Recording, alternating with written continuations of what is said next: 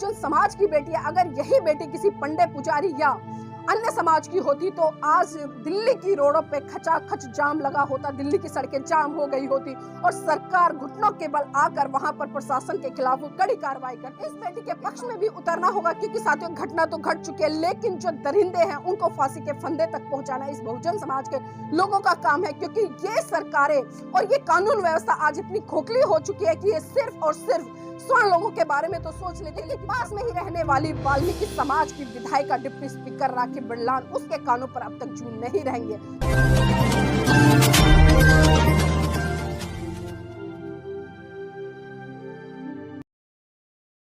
जय भीम, नमो बुद्धाय। साथियों आप देख रहे हैं एनबी न्यूज 24/7 नीलम बोध के साथ। साथियों हाथरस की घटना, जी हां, हाथरस की घटना को अभी हम लोग भूल ही नहीं पाए थे कि दिल्ली प्रदेश में जो कि भारत की राजधानी कही जाती है उसमें एक बार फिर हाथरस जैसी घटना को अंजाम दिया गया। साथियों बात है 2 अगस्त की शाम को 7 बजे बहुजन समाज की बेटी जिसकी उम्र है 9 साल, वो नजदीक ही शमशान घाट में पानी लेने गई थी और शाम के 7 बजे थे। उसी चीज का फायदा उठाते हुए गंदी मानसिकता से लबालब ब्राह्मण समाज के उन पुजारियों ने उस मासूम बच्ची के साथ में सामूहिक रूप से बलात्कार किया और बलात्कार ही नहीं, उसके साथ साथ में साथियों उसको जला दिया गया। जब घर के लोग आनन फानन में बेटी की तलाश में निकले तो वहां पर आनन फानन में उन्होंने उस आग को बुझाया और वहां से उस बेटी को निकालने का काम किया। साथियों आपकी जानकारी के लिए बता दूं कि बेटी का पूरा शरीर जलकर राख हो गया था, सिर्फ मात्र उसके पैर बचे थे। इस तरह की घटना को देखकर एक परिवार पर क्या गुजरी होगी कि मासूम सी बच्ची जिसका बचपन अभी खेलने लायक था और उस बच्ची के बचपन को इतनी बुरी तरह से गंदी मानसिकता के लोगों ने अपनी हवस के शिकार के कारण रोंद दिया। शर्म आती है आज ऐसे लोगों पर जो इतनी गंदी मानसिकता रखते हैं और एक मासूम बच्ची को भी अपने हवस का शिकार बनाने से नहीं चूकते हैं। साथियों साथ साथ मैं ये भी कहना चाहूंगी कि इस घटना को 2 दिन बीत चुके हैं, लेकिन अभी तक दिल्ली सरकार जो कि अरविंद केजरीवाल हैं बड़ी बड़ी बातें करते हैं और उसी के साथ साथ में दिल्ली महिला आयोग की अध्यक्ष स्वाति मालेवाल जी अभी तक उनके कानों पर जून नहीं रहेंगी है। साथियों बड़े आश्चर्य होता है कि जिस बहुजन समाज ने इतनी भारी तादाद में वोट देकर इस दिल्ली सरकार में अरविंद केजरीवाल जैसे व्यक्ति को स्थापित किया, आज वही अरविंद केजरीवाल ऐसी घटनाओं पर आंख मूंद कर बैठा है। और इसके पीछे कारण क्या है साथियों, मैं बिल्कुल आपको स्पष्ट कर दूं। पीड़ित बेटी एक दलित परिवार से आती थी और उसका परिवार बहुत गरीब है, तो इन्हीं से आप समझ सकते हैं कि जो दिल्ली सरकार है, दिल्ली सरकार की जो महिला आयोग की अध्यक्ष है स्वाति मालेवाल जी, अब तक उनकी कानों पे जू तक नहीं रहेंगी है और इस घटना का अभी तक उन्होंने किसी भी तरह से संज्ञान नहीं लिया है और ना ही उनके किसी विधायक, और यहाँ तक कि मैं ये कहूंगी कि समाज का हवाला देने वाली दिल्ली के डिप्टी स्पीकर राखी बिरलान अब तक भी इस घटना के संज्ञान लेने घटना स्थल पर नहीं पहुंची है। तो साथियों आप सोच सकते हैं कि जो लोग समाज का हवाला देते हैं, समाज के लिए बड़ी बड़ी बातें करते हैं कि मैं आपके समाज की बेटी हूं, आप मुझे वोट दीजिए या मुझे आगे बढ़ाने का काम कीजिए, तो आज कहां है वो बेटी, कहां सो रही है वो बेटी। अब तक ये खबर पूरे देश में आग की तरह फैल चुकी है, लेकिन पास में ही रहने वाली वाल्मीकि समाज की विधायिका डिप्टी स्पीकर राखी बिरलान उसके कानों पर अब तक जून नहीं रहेंगे। तो आप सोच सकते हैं कि ये लोग सिर्फ अपने राजनीतिक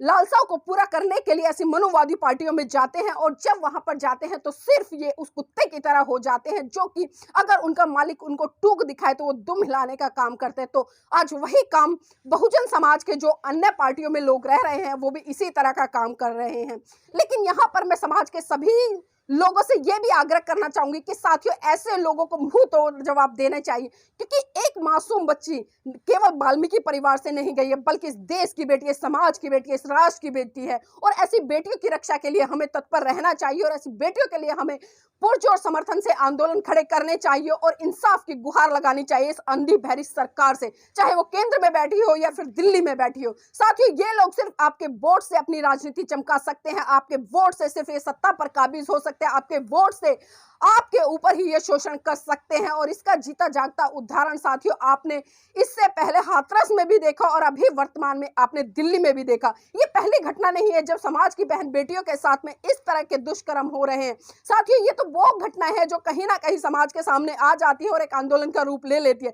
लेकिन और भी न जाने कितनी ऐसी घटनाएं हैं जो पुलिस प्रशासन की फाइलों में दबकर रह जाती हैं, वो मुंह तक नहीं खोल पाती। इसलिए मैं समाज से अपील करूंगी साथियों, ऐसे लोगों को जब वोट का समय आता है तो इनके गाल पर तमाचा मारकर आपको जवाब देना चाहिए और इनको अपना बहुमूल्य वोट बिल्कुल भी नहीं देना चाहिए। और मैं यहाँ पर बहुजन समाज के सभी साथियों से अपील करूंगी साथियों, इन गंदी सरकारों के खिलाफ आंदोलन खोले और इनको समय समय पर मुंह तोड़ जवाब देते रहे। साथियों, आपको फिर एक बार से जिस तरह से आपने हाथरस की बेटी के लिए आंदोलन किया, अपनी आवाज को बुलंद करने का काम किया और इस सरकार को घुटने टेकने पर मजबूर किया, उसी तरह से आपको फिर से इस बहुजन बेटी के लिए दिल्ली सरकार के खिलाफ आंदोलन खोलना पड़ेगा। क्योंकि साथियों, आप भूले नहीं होंगे निर्भया कांड को, भली भांति आप परिचित होंगे कि किस तरह से सर्व समाज के लोग रोडों पर उतर कर आए थे, किस तरह से उन्होंने अपनी आवाज को बुलंद करने का काम किया था और उस समय आम आदमी पार्टी भी बढ़ चढ़कर इसमें सहयोग कर रही। लेकिन विडंबना यह है कि साथियों, जब बहुजन समाज की बहन बेटियों के साथ में इस तरह के दुष्कर्म होते हैं तो ये मनुवादी सरकारें आंख बंद कर मुंह बंद कर और कान बंद कर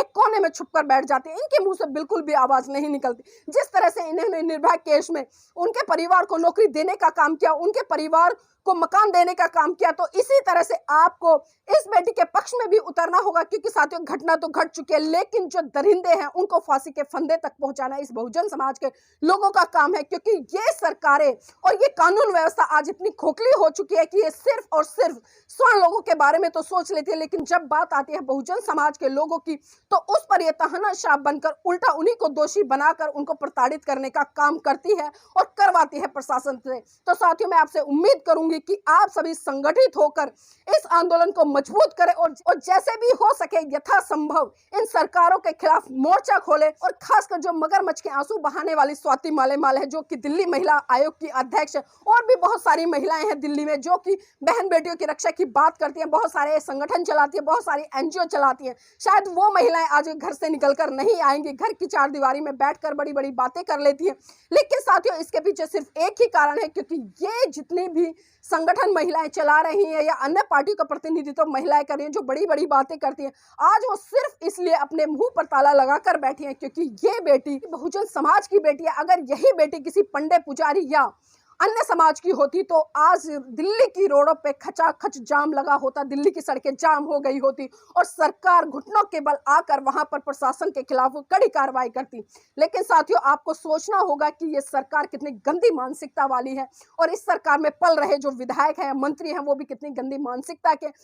वो लोग सिर्फ उस व्यवस्था को स्थापित करने की बात करते हैं जिनसे उनके निजी स्वार्थों की पूर्ति होती है, जिनसे उनका समाज आगे बढ़ता है और जिसके कारण उनकी बड़ी बड़ी तिजोरियां भरने का काम होता है। तो साथियों, मैं उम्मीद करूंगी यहाँ पर सभी बहुजन समाज से और खासकर उन लोगों से भी जो सिर्फ जातियों में बांटकर इन बहन बेटियों के अत्याचार और शोषण को देखते हैं कि ये तो दलित की बेटी है, हमारा क्या गया। तो आपकी जानकारी के लिए भी बता दूं कि जब अन्य समाज की बहन बेटियों के साथ में कोई भी किसी भी तरह की घटना होती है तो बहुजन समाज का बहुत बड़ा तबका रोडों पर निकलता है और वो अपनी आवाज को बुलंद करता है और सरकार और प्रशासन से न्याय की गुहार लगाता है। तो साथियों, इसीलिए मैं उम्मीद करूंगी कि वो बेटी खाली एक दलित समाज की बेटी नहीं है, बल्कि इस देश की बेटी है और इस देश की बेटी की रक्षा के लिए आपका दायित्व बनता है कि आप आगे निकल कर आए। दिल्ली कैंट में दिल दहला देने वाली ये घटना जो घटी, आप सोच भी नहीं सकते कि दरिंदों ने कितनी दरिंदता को पार कर दिया है। आप सोच सकते हैं कि एक मासूम बच्ची जो कि मात्र 9 साल की है, उसके साथ में सामूहिक बलात्कार किया जाता है और उसको फिर जिंदा आग के हवाले कर दिया जाता है।